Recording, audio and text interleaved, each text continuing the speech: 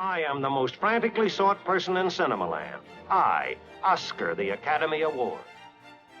The 2026 nominations have recently been released, and as a self-proclaimed cinephile, it turns out that I've actually seen over 50% of the nominated films, which might seem like a lot, but when you consider the fact that the same basically 5 movies have been nominated in 16 out of 24 possible categories, it's actually not that difficult to do. Now, I'm not oblivious to the fact that ridiculous, undeserving movies get nominated and dominate multiple categories all the time. But I've never really paid close attention to nominations before. And that is a very limited group of contenders right there, especially when you consider the fact that roughly 500 to 600 movies were released in 2025 in North America alone. So what happened to the other 595? Don't they get called out for this BS year after year after year? Didn't they promise to tighten regulations and increase diversity, whatever that means? Or is this simply the nature of the beast?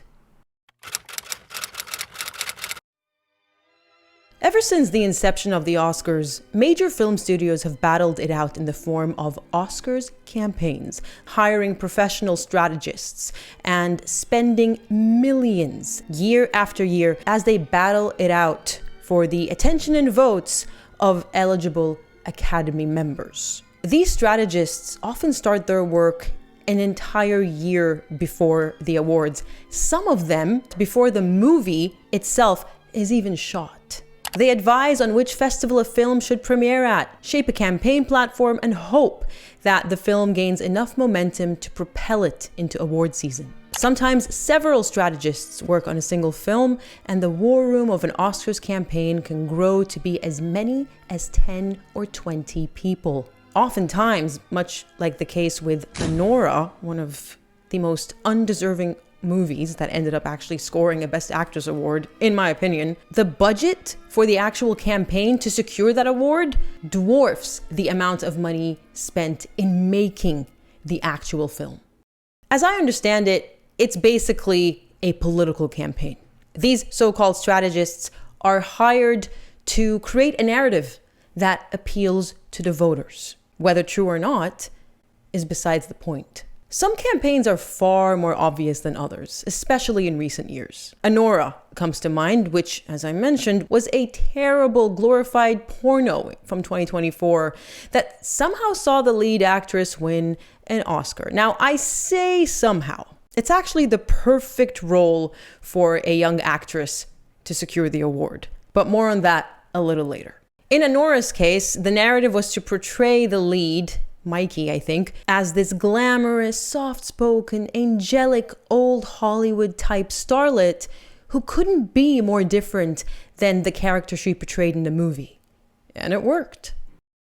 Speaking of transformations, we cannot forget Brendan Fraser, whom, don't get me wrong, I love as an actor. Go watch Rental Family if you haven't already. I highly recommend it. But his Oscars campaign was also very heavily curated, with his particular narrative being that of a classic comeback story.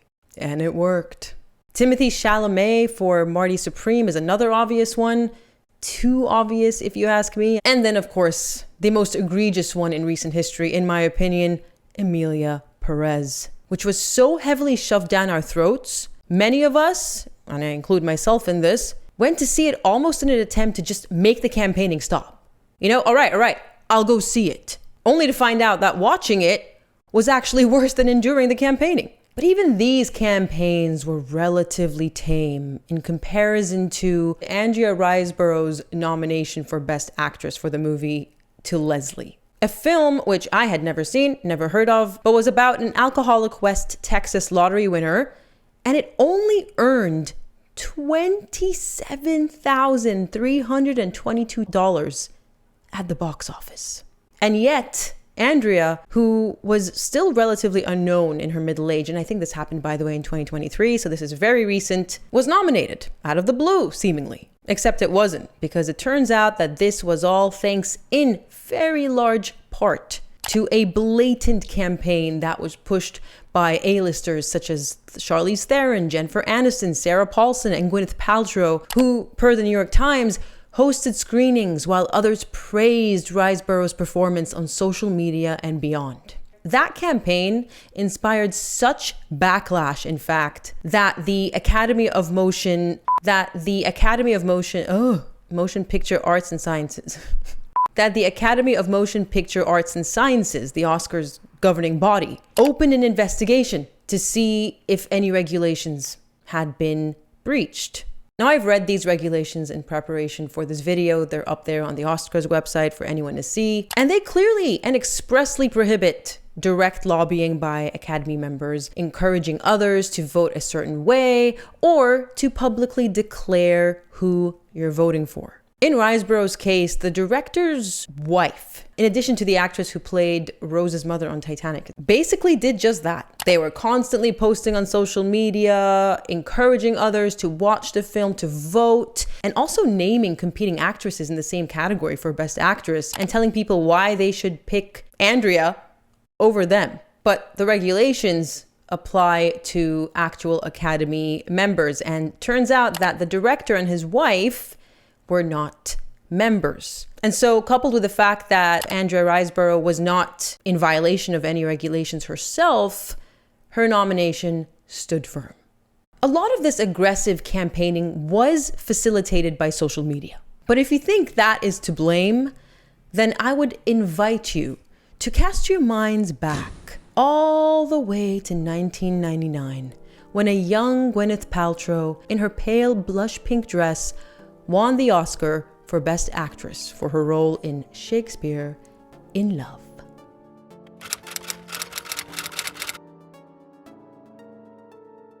You probably wouldn't be surprised to learn that Harvey Weinstein, with his inability to take no for an answer, might be at least partially responsible for the current state of shameless and blatant campaigning in Hollywood. Starting in the late 80s, Harvey, who was heading Miramax, was still unable to compete with the blockbuster budgets of competing studios. And so he'd do what Harvey does best and resorted to dirty tactics instead. He apparently popularized the practice of sending out VHS screeners.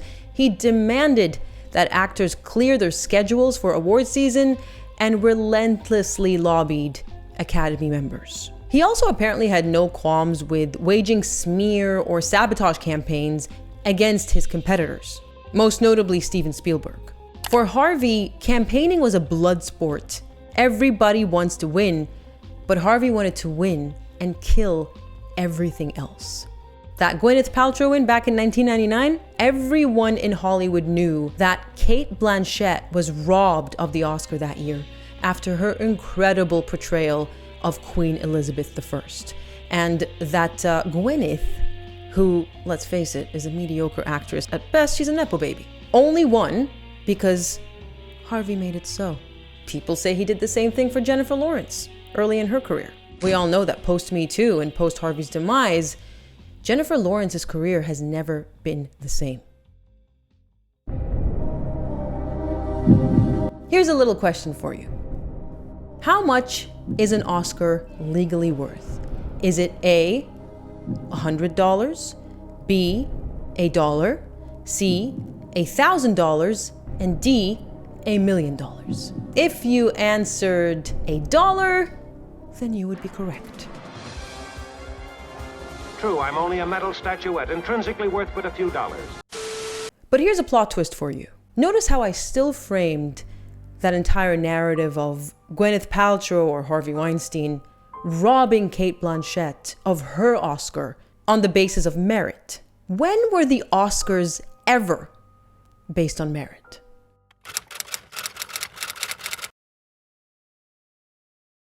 What makes a movie Oscar-worthy to you?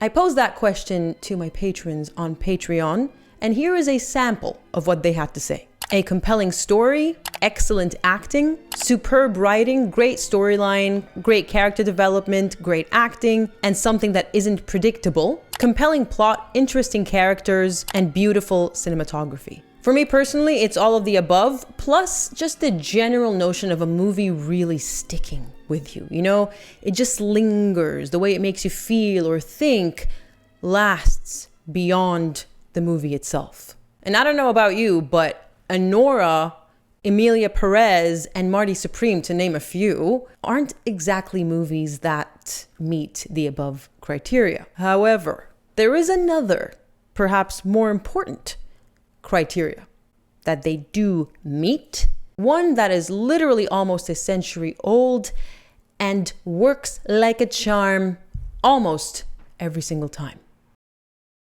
People, myself included, seem to have this mistaken belief that Oscar bait is a relatively modern phenomenon, that movies of old were actually made to be good movies. And to a certain point, that is true, I think. But if you do even just a little bit of digging, you will learn that as far back as the 30s and 40s, when the Oscars was still in its infancy, there have always been a specific set of roles or specific genres that can almost guarantee an Oscar win. Delayed Gratification analyzed the characters played by every winner of an actor/actress in a leading role to see which parts will most reliably lead to glory. And while this image is understandably difficult to see, you will notice that this starts with movies made in 1928, which were the first movies to be nominated in the first annual Oscars. So apparently, in order for an actor or an actress to win, they're best off playing a fictional character, with historical characters coming in a close second, who is North American.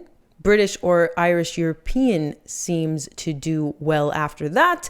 From the present day or recent past, who works as a soldier or lawman, in particular for men, followed by a monarch or politician, or a performer, housewife, mother, or socialite, in that order for women. Now this one really surprised me, who participates in no sex scenes, which is oddly incongruent with another recipe in this formula, but we'll get to it very shortly. And who in the end doesn't die on screen. For men, the 1970s were apparently the best decade to have facial hair.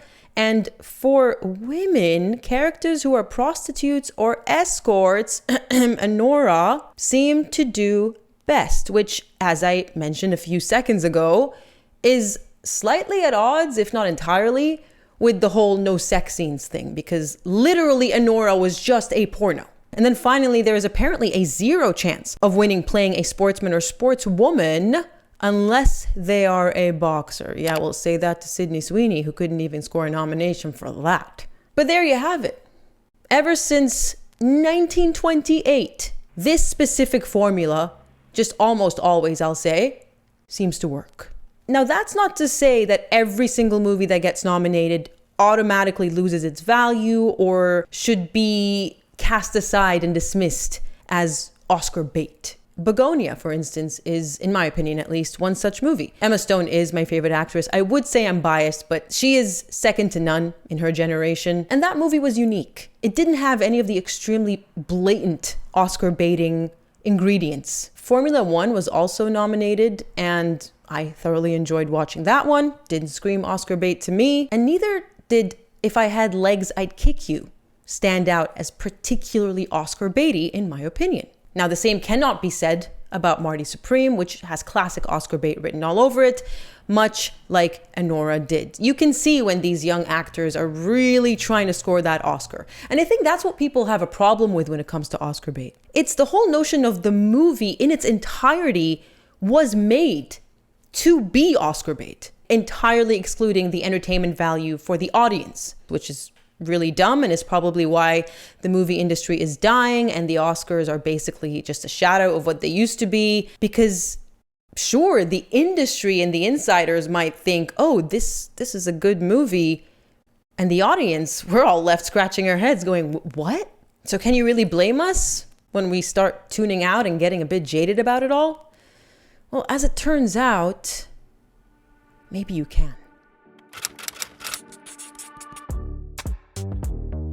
The Oscars were actually created as a marketing ploy by industry executives to encourage people to go watch movies. Just like football, it used to air on Monday nights to boost ratings. So even if a movie doesn't win, the nomination itself will entice people to go see the movie and might even extend its theatrical release. Which makes one wonder, is Oscar bait also rage bait? The evidence would suggest that that's exactly the case, at least when it comes to the very small movie that could, to Leslie.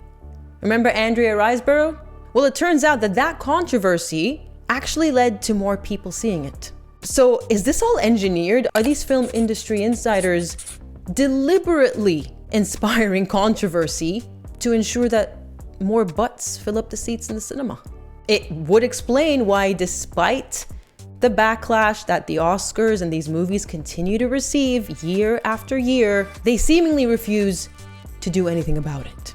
So are we expecting the wrong thing out of the Oscars? Because based on history, it seems as though it's operating exactly in the way that it was designed to, from the very beginning, to attract attention. Whether good or bad, it doesn't matter. Let me know in the comments what you think. Let me know if you're going to tune in, or if you've seen any of the nominations and what you think makes a movie Oscar worthy to you. Looking forward to reading your comments. Also, if you'd like to support the channel, please do consider joining Patreon. The link is in the description box. I post ad-free versions of all my videos there, demonetized videos that eventually have to get taken off YouTube or cannot be uploaded onto YouTube at all, and sometimes, time allowing, bonus content or content that is released earlier for patrons before it makes its way to YouTube. Thank you so much for watching. Thank you so much for your support, and I'll see you next time.